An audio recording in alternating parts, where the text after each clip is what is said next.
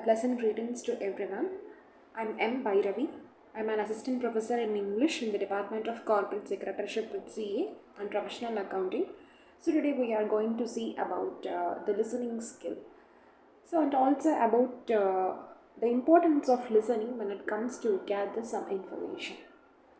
So as we have seen already, there are four different skills in English. That is, it is called as LSRW skills. So in this, the L stands for listening, and S stands for speaking, and R stands for reading, and W stands for writing.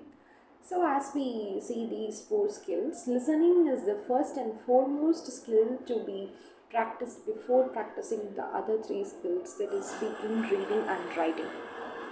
So communication process will become an utter failure if listening is not performed in this process. So there is a lot of difference between simply hearing and listening. So considering this process, that is hearing, hearing is a simple physical act. So, but listening is not a mere physical act. Listening is something which is blended with decoding. Listening is something which is blended with grasping, understanding, and assimilating the message which we are receiving. So either it may be any type of communication, that is verbal or non-verbal type of communication, but every communication, every type of communication must be blended with this act called listening. Only then it can become a successful communication. So if it is not accompanied with this process called listening, then the communication will become an utter failure, and this process of decoding will not be performed in a perfect manner.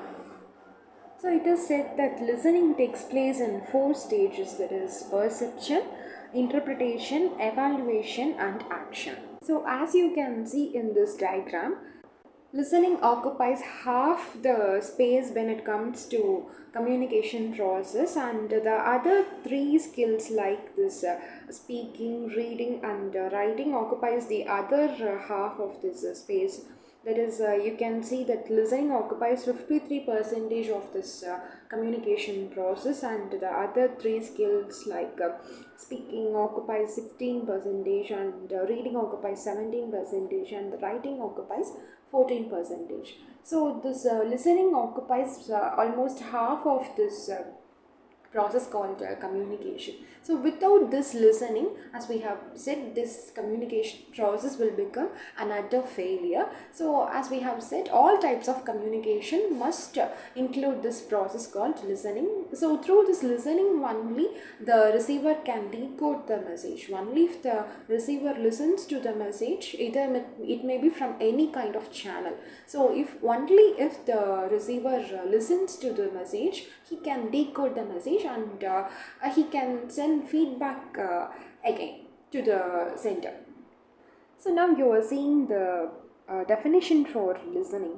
So listening is the process of receiving, constructing meaning from, and responding to spoken or non-verbal messages to hear something with thoughtful attention. So you must note this last word, that is the thoughtful attention. So this thoughtful attention differentiates the listening process from the hearing process. As we have said, hearing is a mere physical process, whereas listening is connected with our thoughts, connected with our perceptions. So we have to listen with the proper attention. We have to listen with proper thought and proper mind, so that we can understand the message.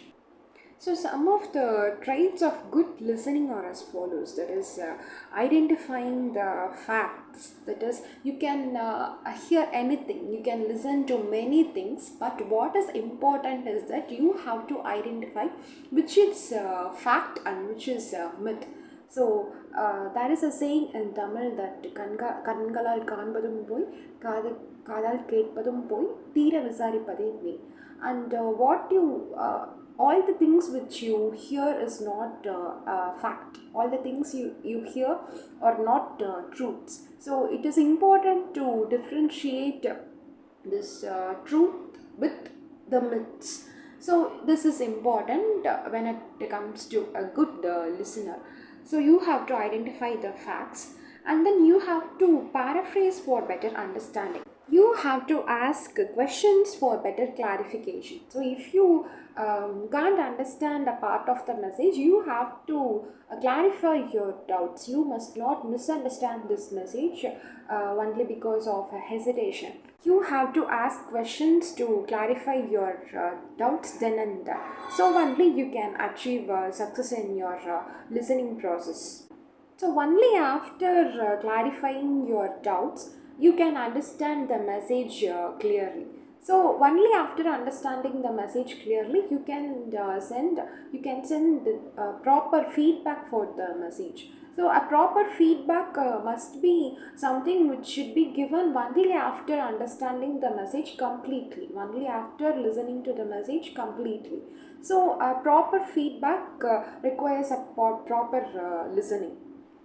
So this feedback part is the very important part in this communication process. That is, it is the last part of this communication process. So this last part of the communication process should be given properly. It must be given properly only if you listen properly. So this listening process also aids in completing this communication process, completing the communication process by giving feedback. So you are seeing the benefits of effective listening in this slide. So the first benefit is that it enhances the productivity. So only if a person understands a work, he can produce the proper desirable results afterwards. So if you want to be successful, if you want to be productive in anything in your studies or in your workplace, so you have to be a proper listener. So you must listen to the lessons in case of being productive in studies. So you must properly listen to the instructions of your seniors if you are in your workplace, so that only you can produce desirable results. So this listening part is very important when it comes to producing desirable results, when it comes to producing massive good results. So the next benefit is the improving relations. So only if a person knows that you are listening, he can talk freely with you. So as you can also see in this part, that it also improves understanding. So if a person thinks that you are listening and you are understanding what they are saying, they can talk with you. They can develop a good relationship with you. They can develop a friendship with you. So this precious relationships like friendships will develop only if there is a bonding in between the two persons. So this bonding is created when there is a trust between you, there is a rapport between you. So this rapport is created by this listening. Another benefit is that it avoids conflict. So many conflicts, either it may be in personal or else professional life. So many conflicts initiate from misunderstanding. So this misunderstanding starts from poor listening. So if people, it may be in any kind of relationship. So if two people understand each other, if two people properly listen to each other, then there will be no chance for conflicts. This proper listening will avoid conflicts between two persons. Either it may be in workplace or else it may be in family. So this listening is also important when it comes to avoid misunderstanding. So another thing is that this listening skill improves this negation skills. That is, it avoids contradictions. So if you listen to a person properly, it will create a bridge between you two people. So this automatically will avoid these contradictions and it will also improve your negation skills. So all the good listeners will get appreciation at any point of time in their professional or else academic life. So everyone can't be good enough in all these four skills. That is, everyone can't be so developed in these four skills like listening, speaking, reading and writing. So even though you lack in skills like reading, speaking and writing, and you are well versed in this listening skill, you will be a successful person for sure. So listening is something which we have seen that it occupies nearly half, more than half of the communication process. So if you are a good listener and you lack in the other three skills, it won't be a failure for you, because you are strong in something which occupies half of this communication process. So you must practice yourself to be a good listener. So, as we have seen, listening is something which occupies a massive part in this communication process. So, listening is also linked with the other three skills. That is, listening is linked with this reading. So, talking about the relationship between this listening and reading. So, listening is also a skill like reading. So it is a message receiving skill, as we have seen. So it is more difficult than reading actually. But because why this is because re-listening is not possible. So listening to an already spoken word is not possible. But we can reread something which we have read before. So this is the reason why we say that listening is somewhat difficult than reading.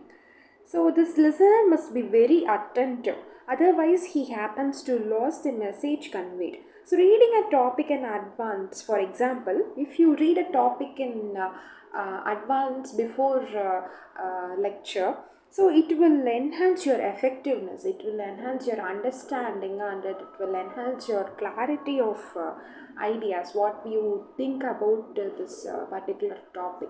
So this is the link between this listening and reading skill. So coming to the link, the relationship between this listening and speaking. So good listeners will repeat the speaker's important points actually. So they will rephrase the points mentally in their words to themselves. So this thing will enhance this understanding. So in addition, as we have said, you have to ask questions to clarify the message. So speaking is often linked with this listening. So you have to speak in order to get clarified in your message. So if this is blended, if listening is blended with speaking, so it creates an effective understanding of the message what we have here. So next, coming to the relationship between this listening and writing. So the listener must take notes in order to retain the information he or she hears for future reference. So students, for example, if students are attending a lecture, so they have to take this notes. So they have to take this notes to refer it during exams for future reference. So if you write what you are listening, so this thing will help you in the upcoming times, it will help you in the future. So but we should not indulge in writing alone when we are listening. So this writing alone will spoil the heart of the message you are receiving, and you must maintain a balance between this writing and listening. So you must also listen, you must also enjoy this listening, and you must write notes as well. You must maintain a balance between these two skills. So these are the things which prove that listening is linked with all the other three skills like reading, speaking and writing. So there are certain techniques to practice listening. So the first one is we must listen with understanding. So you must be sure to understand the speaker's ideas completely. So you must not skip the ideas of the speaker. So you must not jump directly to the conclusion. You must listen the message completely, and then you attain this conclusion, and then you decide about the message what you have listened. So the next one is you must listen with an open mind. You must not carry any prejudices before listening. So you must have some proper mind. You must be free from biases and partialities. You may like the speaker or you may not like the speaker. So it doesn't matter. So you must listen with an unbiased mind when you listen to a speaker. So you must not carry any prejudices, any biases in your mind, any opinions about the speaker in your mind. You must listen with a clear mind, an open mind while you are listening. So the next one is listening actively. So this active listening involves concentrating, relating ideas and facts which you have here to store with the knowledge you are having already. So next is you must listen with the empathy. So this empathy means putting yourself in others' shoes. That is putting yourself, thinking about yourself in the place of others. So you must listen with empathy. You must put yourself in the place of the speaker, and you must put some extra effort to understand the speaker's point of view. You must understand the speaker's perception also. So only if you understand others' perception, only if you give respect to others' opinions and perception, so then you can come to a proper decision. So this empathizing with your speaker is very important while it comes to listening the speaker. So you must note the major points. As we have seen, this writing is important with listening. Why? Because you may come to a need to refer to the points which you have heard in your past. So you must note the important points. So next one is that recognition of the details. So once you get the understand the ideas, you must recognize the points which you have received from the message. You must recognize what you have listened from the speaker. So you must listen these ideas. You must link these ideas to the main idea of the message. So there may be many sub points, but you have to link the sub points to the main point. Only if you this will be done only if you recognize the points, recognize the details in the message. So another thing is that you must give time to the speaker to complete the message. You must give time to the speaker to speak what he is thinking. You must not hurry him. You must not give your feedback without being listening to the complete message. So you must provide proper time and respect to the speaker to deliver the message, deliver the complete message which he wants to deliver. So there are many types of listening. As they are saying that the first type is the superficial listening. So this type of listening needs a little awareness. So this wants a little more awareness to listen to the message. So the second one is the appreciative listening. So this type of listening is done purely for entertainment purpose, for the sake of pleasure. Say for example, we can say listening to a movie, listening to a song. So this kind of listening is purely for entertainment purpose. So the third one is evaluative listening. So in this type of listening, one have to evaluate the speaker's message. So for example, let us take this seminars and lectures. So you have to evaluate the speaker's points. You have to evaluate what the speaker said about the main topic. So this kind of listening is something which involves your action also, the action of evaluating the message. So the next type of listening is attentive listening. So it requires complete attention of the listener. So we can take listening for for a lesson, listening to a lesson when your lecturer is taking a lesson. So this type of listening includes interactions, suggestions, requests, and all.